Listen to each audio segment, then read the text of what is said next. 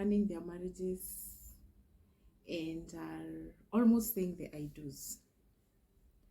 I hope you have done your due diligence on this person that you're going to say I do to. Because I hope you know how serious the vows are. The vows should not be broken. So it is your job to make sure that you do your due diligence and to make sure that when you go to the altar, you're absolutely sure of the decision that you're making. Number one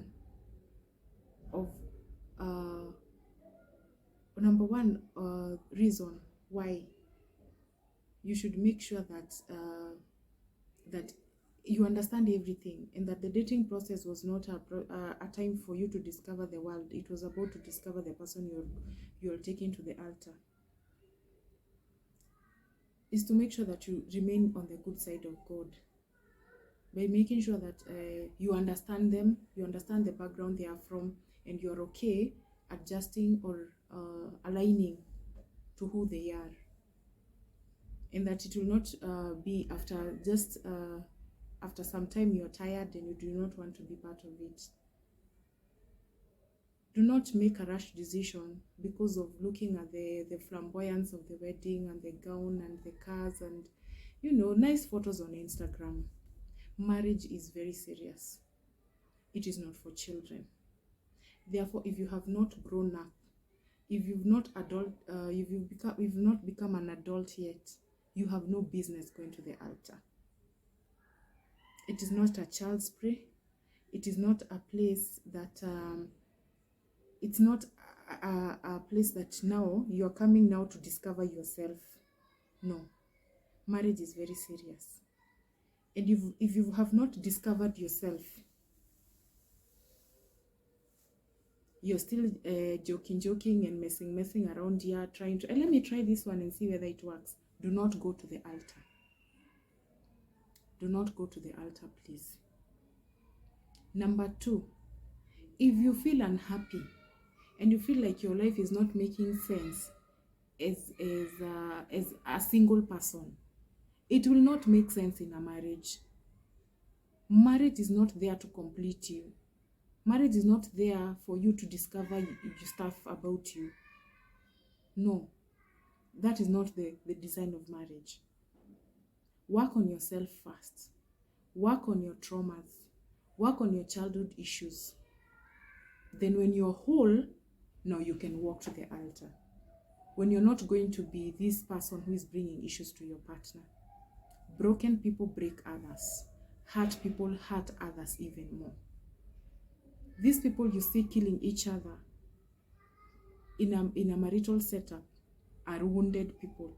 They are people carrying a lot of pain that they have not been able to channel it the right way. Please go for therapy before you go to the altar. Because marriage opens those wounds in a way you will not imagine. They bring alive those wounds. Those ones that you encountered in your past and you thought you dealt with. They come alive in marriage. I would encourage couples to go for therapy. You might even have issues you have no idea you have them. So, go to therapy, work on them. Excuse me. Go to therapy and work on them before you go to the altar. The issues that come from the altar and from failed promises and broken vows are not things you want to deal with. People who've gone through divorce know divorce is as painful as death. It is not something you joke around with. And sorry to say, if there are kids involved, it's even more messy because now you're messing other people as well. You're creating wounds for your children as well. In fact, better a broken relationship than a broken marriage. If you're not sure of anything, put it on hold first until you've ironed out issues. Do not imagine that they will be sorted when you put the ring on your finger. They will not be sorted. In fact, they might get worse. You have no business going to the altar if you're not a believer. If you do not know how to call on heavens, If you do not know how to call on God, if you do not know how to look for God, do not go to the altar. Because marriage is a spiritual institution and it cannot be sorted by our physical wisdom. You cannot win against it like that. You must pray. You must submit your partner to God. You must also look for God so that you can be able to protect your union, so that you may also get wisdom and a manual from God. When you are under attack, you must call the heavens to protect your union and to help you stand and to keep your vows. How will you do that if you're not a believer? We met in a club. Now you see where your problems are coming from. The foundation of that marriage was not strong from the word go. You want to sort out a spiritual gift from our God, because marriage is an idea from God, and you have been sorting it by going to the club. If we start going out, our problems will come to an end. They will not. They will not. Because the original designer had something different in mind. And for you to win and enjoy a flourishing marriage where both of you are in it together and enjoying each other's company, you must go back to the manual that was given. And that manual is in the Bible. It's not in the club. It's not in those holidays that you think when you think if you take a holiday, it will be just okay. I'm not saying holidays are bad. I'm just saying when you go for those holidays, carry a Bible with you. As you go to sort out your issues there, carry a Bible with you as well. But let the fallback be God. Let it be founded on Christ. If you do not know how to solve issues, if you do not know how to sort out conflict, do not go to the altar. Marriage is not for people who cannot have no resolve or do not know how to sort issues. Because a lot of issues are gonna come up in marriages, because you have been brought up from a different background. He has been brought up in a different background. How are you going to win if you are not a problem solver? How are you going to win if you're a fist kind of a person? You do not solve issues, you fight them. You're going to make a marriage a battleground of which it was not supposed to be. And you're going to drive the hell out of your partner, if especially the other partner is a mature person who wants to solve issues. Do not go to the altar again if you do not know forgiveness. If you are not a forgiver, do not go to the marriage. Do not go to the altar. Because in marriage, you forgive 70 times, 7 times. Sometimes you'll not even remember. If you keep calculating how you've been wronged, you'll calculate forever, because marriage is forever.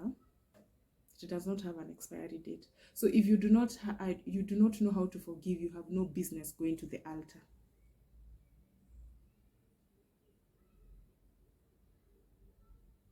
Marriage is not for children. Marriage is not for non-forgivers. Marriage is not for people who don't know how to solve conflicts. Marriage is not for people who've not discovered themselves, who do not know themselves, who are trying to figure out life and are pushed by the winds left and pushed to the right, the winds right. Do not go to the altar if you have not figured who you are. That is how serious it is. If you are all these things and you go to the altar, you are putting a burden on your partner that is very unfair. You need to work on yourself first. Work on yourself career-wise. Work on yourself spiritually. Work on yourself academically. Work on yourself physically. Work on your self-esteem. Work on who you are, so that you will hold your position the right way, so that you will solve the problems that come your way in a mature way, so that you can respect your union and respect your partner. For you to keep your vows, there's some wisdom that you need that can only come from you knowing who you are, knowing your God, knowing your place in that union, and knowing about forces and spirits that can come against your marriage. You will not win if you do not know these things. You'll only make it so hard for yourself. And the challenges that come are not small. They are heavy things.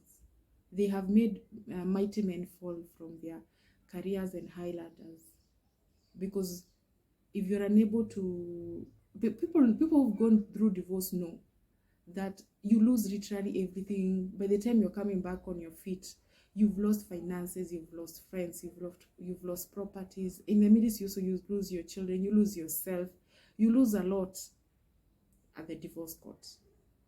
So rather than waiting to see how those tears will feel on you, why don't you do all these things before you go to the altar? It will cost you nothing. In fact, it will prevent you a bigger heartache. See you on the next recording.